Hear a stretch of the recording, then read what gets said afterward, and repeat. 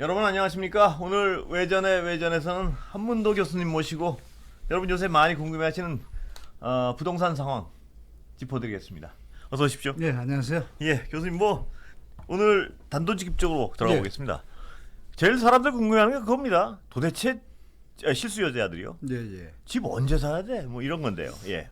일단 저는 올해 하반기가 제일 적절한 때라고 말씀드리겠습니다. 예. 일단은요. 올 하반기요. 전제 조건은 정부가 더 예. 이상의 추가 완화 대책이 없을 때. 예. 그냥 좀 더 이상 추가 완화 대책이 뭐가 있을까요, 근데? 다 내놓을 건 다 내놓은 거 아닌가요? 큰 게 폐는? 몇 개 남아 있죠. 뭐가 있나요? 일단 토지 거래 허가 구역을 풀 수도 있습니다. 예. 그래서 강남 3구에 예.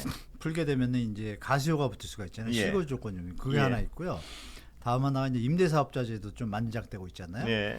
그 부분이 예를 들어서 10년 장기 임대 이러면 좀 낫겠지만 또 뭐 5년 뭐 이런 거 나오면 또 투기 들썩이나요? 세력이 들어올 수 있습니다. 예. 또 혜택을 많이 주게 되면 예. 그거 하나 남아 있고 그다음에 이제 마지막으로 양도세 일시적 한시적 감면 있잖아요. 예. 뭐 언제부터 언제까지 사는 주택에 대해선 예. 양도세를 5년 동안 감면하겠다. 안 예. 받겠다. 이래 버리면 지금 폭락이라고 표현하지만 제가 예. 볼 땐 정상화인데 예. 뭐 인천의 일부 지역은 분양가가 3억이면 예.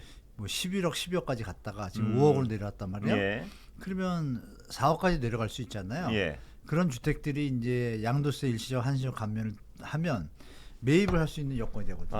예. 그럼 이제 가격 조정이 완벽하게 안 되는 거죠. 음. 또 다시 이제 또 발판을 다지는데 이게 이제 그 전에 풀었던 대책들하고 합해지면 전매 제한, 뭐 실거주 의무 없고 예. 대출 합해지면 순간적으로 또 투기화될 수가 있거든요. 예. 근데 그 세 가지를 언제 풀지 모르겠어요. 그게 없다라면 예. 제가 볼 때 올 하반기에 적절한 매수 시기가 좀 올 거라고 말씀드리겠습니다. 올 하반기부터 알아봐도 되는 건가요? 아니면 그 전에 알아보다 올 하반기에 사야 알아보다가 정확하십니다. 되는... 예. 예. 준비하시고 좀 하락폭이 좀 많은 곳들은 예. 조금 미리 준비하셨다가 부동산 공인중개사분들한테 부탁을 하시면 됩니다. 예. 조금 더 낮게 나오면 내가 살 마음이 있다 이렇게 하시면 연락이 오거든요. 예. 그때 이제 시세를 좀 비교하셔서 이게 50% 넘게 떨어졌다. 예. 그 분양가랑 차이가 많이 없다. 그럼 우리가 시간에 따라서 물가 상승분만큼은 주택가 좀 오르잖아요.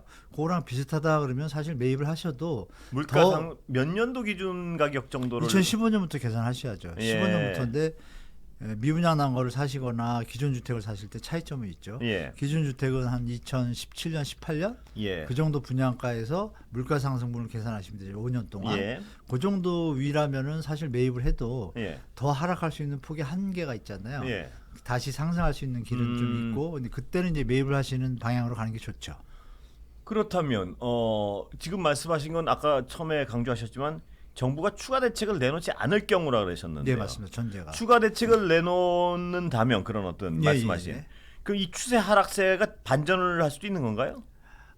상승 반전을 하기에는 역부족이지만 예. 하락세가 다 멈출 수가 있고요. 아. 일부 지역 이제 예. 뭐 강남 3구라든지 뭐 마영상이라든지 뭐 수원의 이제 영통 뭐 광교 일대 네. 이런 데들은 이제 수요자가 좀 있는 편이다 보니까 더 오를까 불안해서 이제 따라붙는 세력이 나오겠죠. 근데 그 세력들은 어떤 세력이냐?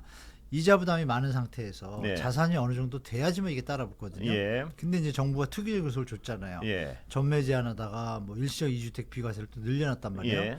그럼 3년 뒤를 바라보고 투기를 할 수도 있거든요. 예. 그 요소가 존재하지만 부담이 워낙 커요. 예. 크다 보니까 제가 볼 때는 반등을 하겠지만 상승이 뭐 5%, 10%, 20%갈 일은 전혀 없다고 보고 예. 그게 이제 조금 시장을 좀 연착륙의 개념이 아니죠. 반전한 다음에 예전에 예를 보면 그 뒤로 한 6개월, 1년 뒤에 다시 장기 추세선 하락선에 다시 내려오거든요. 예.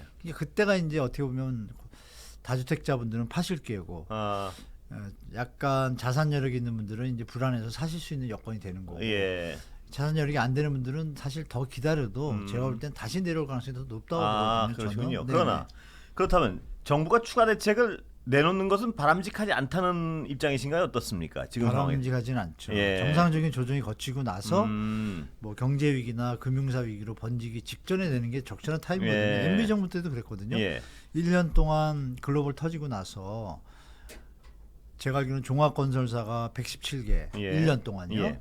전문건설업이 248개가 부도가 나고 나서 예. 미분양 물량이 한 12만 올라갈 때요. 그때 이제 그 대책을 던졌어요. 미분양 매입 조건하고 규제 하나를 같이 던졌죠. 예. 그러면서 주택 가격이 반등을 했습니다. 예. 급반등.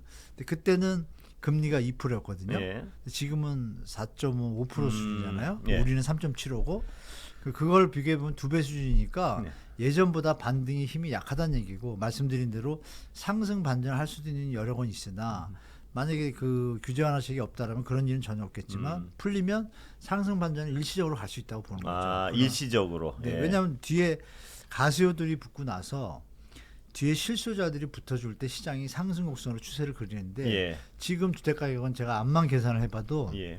실수요자들이 붙을 수 있는 가격의 유효 수요가 되게 한정적입니다. 예. 거의 없어요. 예. 우리 서울시의 예를 들면 소득 수준이 예. 6천 이하가 60%입니다. 예. 6천인 분들은 월 소득이 한 400, 실수령이 400 조금 넘거든요. 예. 그러면 지금 말씀하신 서울 주택 가격에서 지금 멈췄다, 예. 반등했다. 그러면 또 기본이 11억, 12억 가거든요. 그럼 이게 계산이 안 납니다. 6, 7억 받으면 한 달에 원리금 상환만 350에서 400이에요. 예. 생활을 할 수 없잖아요. 예. 그러니까 그 수요층이 한정적이라서 예전처럼 급반등을 하는 일도 전혀 없고 일시적 반등 좀 있을 수 있다. 풀게 예. 되면 그건 말씀드릴 수 있습니다. 아, 근데 지금 꽤 어떤 하락세로 돌아섰다 그래도요. 네네. 집 없는 국민들이 보시기에는 아직도 비쌉니다. 예, 아직도 비싼 거 아니겠습니까? 당연합니다. 예. 그리고 또 하향 안정이 정부의 목표라는 얘기도 분명히 공언을 했고요, 그렇죠. 정부가. 예, 예. 그렇다면 지금 추가 대책을 안 내놓는 것이 어떤 이치엔 분명히 맞는 거 아니겠습니까? 맞죠. 예. 더 어떤 약간 완만하게 좀 오래 더 떨어져야 되는 상황 아닌가요? 지금 경제 맞습니다. 정확하십니다. 예. 그런데 아시는 바와 같이 항상 어느 정권이나 그 국민을 위한 관료들도 있지만 예. 국민을 빙자해서 자기들과 연관된 세력들의 이득을 위해서 대변하는 예. 형태들이 있잖아요. 아담 스미스도 얘기했잖아요. 예. 항상 기득권들은 국민을 볼모로 경제를 볼모로 자기들의 이득을 취하기 위해서 제도 개선을 요구한다. 예. 거기에 절대 속으면 안 되고 감시해야 된다라고 아담 스미스가 박아놨어요. 예. 이미 그걸 아는 거죠. 근데 우리가 봤다시피 문재인 정부 때도 그런 면이 조금 있었잖아요. 예. 규제를 하는 것 같은데 구멍들이 있는 거예요. 예. 이제 그런 요소들이 이제 결국은 집값을 완벽하게 못 잡은 것처럼 예. 이 정부는 서민을 위한다 그러고 건설사를 위한다고 하지만 내용을 들여다보면 다주택자나 예. 또 이 건설사를 위한 정책으로 또 보이는 내용들이 너무 많아요. 예. 그러니까 이런 부분들이 우리가 좀 시장을 볼 때 두 가지를 같이 보셔야 된다고 좀 꼭 말씀드리고 싶고 정부가 지금 말씀하신 대로 그 대책을 안 던지는 것이 예. 시장에는 상당히 도움되죠. 지금 이제 어느 정도 던졌기 때문에 지금 연착륙 분위기잖아요. 예. 그러니까 이게 조금만 추세를 가면 안정적으로 시장이 안착할 수 있는데 여기다 던지면 다시 펌핑이 되면 어떤 일이 벌어지겠어요? 왜곡 현상이 벌어지잖아요. 예. 우리가 경제에서 얘기하는 더블 딥 예. 그게 벌어지면 더 안 좋잖아요. 더 피해를 보는 분들이 많아지겠죠. 네네, 뭐 건설사도 마찬가지고 네. 자산가도 마찬가지고 영끌 세대 분들도 지금 정리해서 만약 3, 4년을 가면 회복할 수 있는데 이것 때문에 또 팔지 못하고 들고서 이자만 막 부담하다가 예. 다시 하락하면 어떻게 돼? 이거 완전히 파산이잖아요. 그렇죠. 예. 그래서 너무 저 과대한 뭐 경제 뭐 정상화를 위한 대책이라는 예. 명분 아래 예. 이런 투기적 요소와 왜곡된 시장을 형성할 수 있는 대책은 정말 신중히 검토해야 된다고 말씀드리겠습니다. 예. 그 어떤 그 말씀이 굉장히 기억에 남는데요. 경제 네. 정상화란 명분 아래 네네.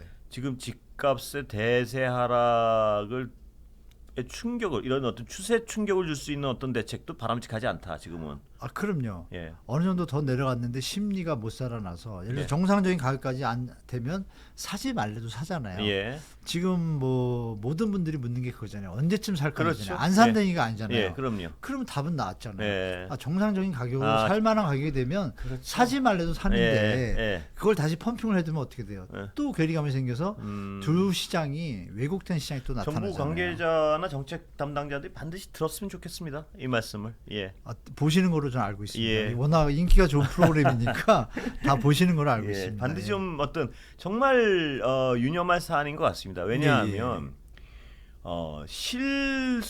실거주자들은 집값이 떨어져도 예를 들어 물론 영끌한 젊은이들의 고통이 크지만 실거주자들은 집값이 떨어져도 그렇게 어떤 그 고통을 받는 건 아니지 않습니까? 예. 그렇죠. 이게 우리 간단하게 생각하실 게 이겁니다. 국민을 위한 정부잖아요. 예. 다주택자가 230만 명이거든요. 예. 가구수로. 예. 그리고 1,980만이 1주택자나 무주택자예요. 예. 950만이 무주택자고요. 예. 그럼 1주택자 분들 중에 또 자녀가 있는 분들 있잖아요. 예. 그분들은 집값이 오르는 걸 바라지 않아요. 예. 올라봤자 자녀가 한 분이면 똑같은 얘기고 그렇죠. 두 분이면 돈이 더 들어가잖아요. 그렇죠. 예. 세금은 들고. 예. 그러면 국민의 90%가 집값 오르는 걸 그럼요. 안정적인 집값을 원하지. 그렇습니다. 오르는 예. 거 좋아하지 않습니다. 그렇습니다. 예. 근데 이거를 마치 모든 국민들이 그 집값을 오르는 걸 바라는 것처럼 과대보도하는 언론도 예. 문제지만 그렇습니다. 예. 그렇죠. 일부분의 10%를 위해서 예. 한다는 거는 사실 국민을 위한 정책은 아니라고 봅니다. 그래서 예. 정부가 좀 서민이 살아야 또 나라가 그렇습니다. 살잖아요. 아니, 그렇게 서민뿐만이 말씀드리고 아니고 네. 최상층 빼놓고는 아니 집이 맞습니다. 많은 분 맞습니다. 빼놓고는 맞습니다. 집을 가지고 돈을 그러니까 어떤 과대한 돈을 버는 이 경제 시스템은 막아야 되는 게 맞는 것 같아요. 예. 그래가지고 성공한 데 한 번도 없잖아요. 예. 일본도 지금 큰 일을 당했잖아요. 그렇습니다. 이미 예. 봤는데 예. 굳이 그걸 우리가 따라갈 필요는 없다고 생각합니다. 정부 관계자들이 어떤 과도한 규제 완화, 추가 규제 완화가 없다는 전제를 하고요. 네네. 하고 지역별로는 어느 정도 선이면 이 정도면 이제 집을 찾아봐라. 아, 네네. 예, 가격별은 최고점에서 몇 퍼센트 정도를 보세요. 예를 들어 강남이다. 그러면 네네. 예. 강남이요? 예. 강남 같은 경우에는 이제 2018년, 19년도에 12, 13억 하던 것이 예. 저 2015년도 경이에요. 예. 그게 지금 27억이니까 예. 두 배보다 한 130%로 더 이상 올랐거든요. 예. 그러면 물가 상승률하고 대충 계산을 해보면 예. 현재 한 10%, 15% 빠졌는데요. 예. 거기서 한 15%, 20%더 빠지면 예. 정상적인 시장이라고 저는 봐요. 그러니까 그래서 최고점에서 한 30-40% 빠져야 정상적인 시장이다. 강남의 경우는. 네, 그리고 예. 노원구라든지 예. 또 GTX 호재가 있었던 경기도 수도권 일대 예. 있잖아요. 뭐 안양은 지금 정리가 됐고 예. 송도도 정리가 됐는데 일부 나머지 지역들이 이제 그 추세를 따라오는데 예. 50%보다 더 낮은 60%에서 70% 사이. 예. 거기는 이제 주택 가격들이 다 한 3배 정도 올랐습니다. 아, 분양가가 예. 만약에 3억이라 그러면 예. 뭐 10억, 11억. 예. 분양가가 5억이라 6억이라 그러면 거의 뭐 19억, 20억 이렇게 올랐거든요. 예. 그러면 반토막 50%라고 하면 예. 5억짜리가 15억 됐다가 반토막이면 7억 5천이잖아요. 예. 7억 5천이면 누가 봐도 한 7억이면 좋겠다는 생각이 들잖아요. 그래서 예. 조금 더 빠지대요. 반토막 난 데는. 예. 그러나 20-30% 빠진 데는 음. 그러면 아직도 내려올 폭이 많이 남아있잖아요. 그래서 지역별로 좀 틀립니다. 그래서 예. 강남은 조금 더 많이 빠질 것이고 예. 인천, 송도나 뭐 안양이나 예. 뭐 4-50% 빠진 데들은 약간 5에서 10%더 하락한 다음에는 좀 멈추지 않을까 그렇게 보고 살 수도 있습니다. 있다. 사도 괜찮다. 실수요자라면. 네, 그때 정도면은 가격을 비교해 보시면 예. 기다리셨다가 중요한 건 기다리셨다가 금리가 이왕이면 낮을 때 예. 그 파월이 얘기하셨잖아요. 네. 그분께서 뭐 친아버지처럼 얘기하셨잖아요. 예. 예. 젊은이들이요. 예. 이 금리가 멈추고 물가가 안정되면 집을 사세요. 그게 라고 그냥 정답이죠, 그게. 완전 정답이죠. 예. 그러니까 우리나라도 사실 적용됩니다. 그래서 예. 역으로 좀 윤석열 정부에서 뭐 대출을 많이 풀어줬는데 예. 다행히 또 DSR은 또 그대로 뒀기 때문에 예. 정부도 과격한 반등이나 집값의 상승은 원하지는 않는 것 같아요. 예. 그러니까 말씀 주신 대로 과도한 대책이 없으면 지금 말씀드렸던 그 라인에서 예. 내 집 마련에 대해서 좀 신경을 쓰시면 예. 큰 무리 없을 것 같습니다. 예. 오늘 제가 교수님 짧게 모실 수밖에 없는 뭐 여러 상황이 이제 오늘 마지막 방송이라서요. 왜 마지막 방송이세요? 예. 제가 그 시청자 여러분들께 인사를 왜냐하면 정말 이 어떤 외전의 진행하면서 많은 어떤 응원과 사랑을 받은 부분에 대해서 정말 그냥 이렇게 빈소리가 아니 뭐 방송하는 사람 빈소리로 감사했습니다 이런 얘기 하는데 네. 정말 가슴 깊이 감사하고 있습니다. 예, 그런데 왜 그만두는지에 대해서는 제가 뭐 하루 이틀 안에 보도나 이런 걸 통해서 아시게 될 것 같습니다. 예. 좋은 일인가요? 나쁜 일 아니니까 여러분들 제가 저 주위 가족들이나 예. 아시는 사람한테 물어보면 예. MBC 하면 뉴스데스크하고 외전 이 얘기만 하더라고요. 예, 감사합니다. 예. 마칠까요? 다시 그곳에 돌아오실 거죠? 감사합니다 오늘. 네, 감사합니다. 여러분 감사합니다.